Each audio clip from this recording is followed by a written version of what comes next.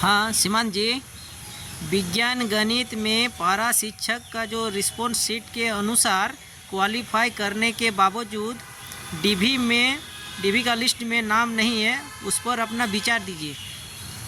देखिए, वास्तव में यह सही बात है कि जब जेएसएससी द्वारा 20/4/2025 को रिस्पॉन्स की जारी की गई तो हम लोग जितने भी विज्ञान गणित के जो कैंडिडेट थे, चाहे वो पारा के हो चाहे वो गैर पारा के हो, खास करके पारा शिक्षकों में एक खुशी की लहर थी कि पासिंग मार्क्स का रिलैक्सेशन ख़त्म होने के बावजूद हमारे कई सारे पारा शिक्षक भाई बंधु जो है इस पर पासिंग मार्क्स का जो क्वालिफिकेशन मार्क्स था उसको पार किया।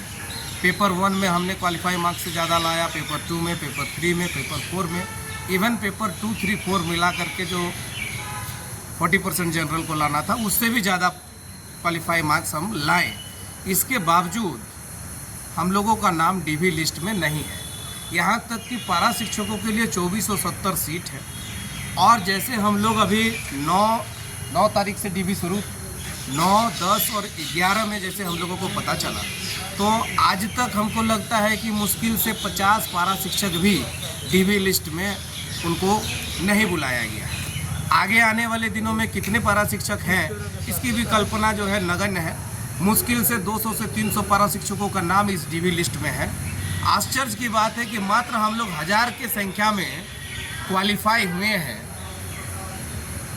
सहायक आचार्य की परीक्षा में विज्ञान गणित में 6 से 8 में, लेकिन सीट हमारा 2470 है, लेकिन फिर भी नाम नहीं है।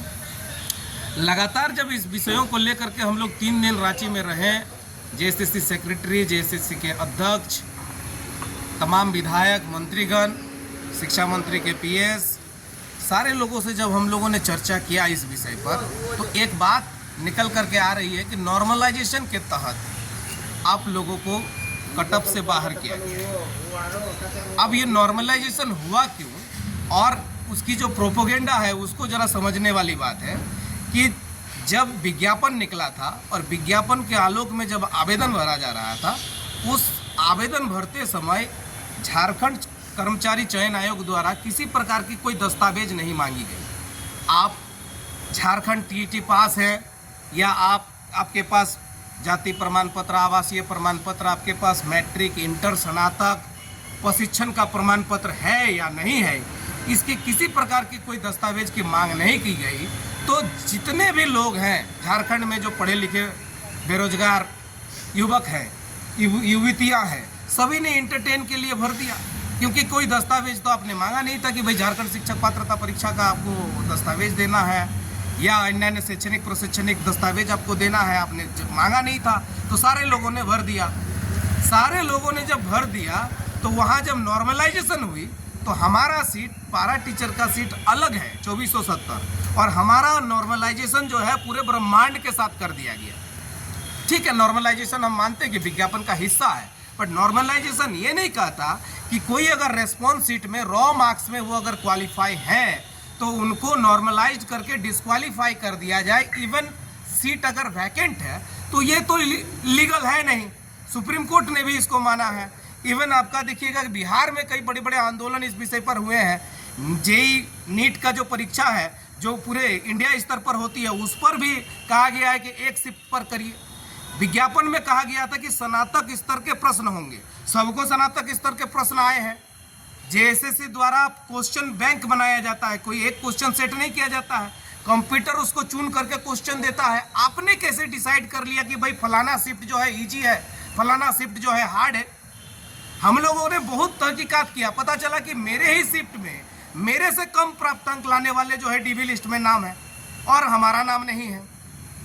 ऐसे कई उदाहरण देखने को मिल रहे हैं राज्य में। 240, 245, 256, 253 कई तरह के लोग हम लोगों को देखने को मिल रहे हैं जो इनका डीवी लिस्ट में नाम नहीं है, इवन सीट वैकेंट है। ऐसी परिस्थिति है तो ये समझने वाली बात है कि भाई आप जो है जो 53,000 सीटेड जो है बाहर हो गए, जिनको रिजेक्ट कर दिया गया, उनका भी नॉर्मलाइजेशन हमारे साथ हुआ, उनके साथ हमारा नॉर्मलाइजेशन हुआ। बहुत जद्दोजहद के बाद पता चला कि भाई जो पेपर 4 का जो मसला है, पेपर 4 में ये किया गया है कि फिजिक्स के साथ फिजिक्स जितने लोग फिजिक्स का परीक्षा दिए हैं, चाहे वो पारा के अभ्यर्थी हो, चाहे वो गैर पारा के अभ्यर्थी हो, चाहे वो वांछित योग्यता रखते हो या नहीं रखते हो, चाहे वो सीटेट के अभ्यर्थी हो, चाहे वो कुछ भी नहीं हो, एक साधारण एप्लीकेंट हो, उनके साथ भी हमारा नॉर्मलाइजेशन किया गया। और हमारा जो प्राप्तांक है, जो रिस्पॉन्स सीट में हमारा प्राप्तांक है, उसको घटाया गया। फिर उसी तरह से केमिस्ट्री में की गई, फिर उसी तरह से बॉटनी, जूलॉजी, मैथमेटिक्स में की गई। और उन सभी प्राप्तांकों को, जो 3 विषय आपका है, आपके 3 विषय के नॉर्मलाइज्ड अंक को जोड़ करके देखा गया कि आपका 60 नंबर है अथवा नहीं है। तो तमाम लोग इस वीडियो को देख भी रहे होंगे और सुन भी रहे होंगे। उन तमाम लोग, हम सरकार से भी इस विषय पर अपील करेंगे कि पहले आप हमको 60 नंबर रेस्पॉन्स सीट में देख रहे हैं कि मेरा पेपर 4 में 60 नंबर रेस्पॉन्स सीट में है या नहीं है। एक भी उदाहरण हमको पूरे राज्य में नहीं मिला कि जिनका रेस्पॉन्स सीट में 60 नंबर नहीं है और उनकी नाम डीबी लिस्ट में है, ये भी देखने को नहीं मिली। तो 60 नंबर अगर रेस्पॉन्स सीट में नहीं है तो उसको मतलब आप जो है उन पर विचार आप नहीं कर रहे हो।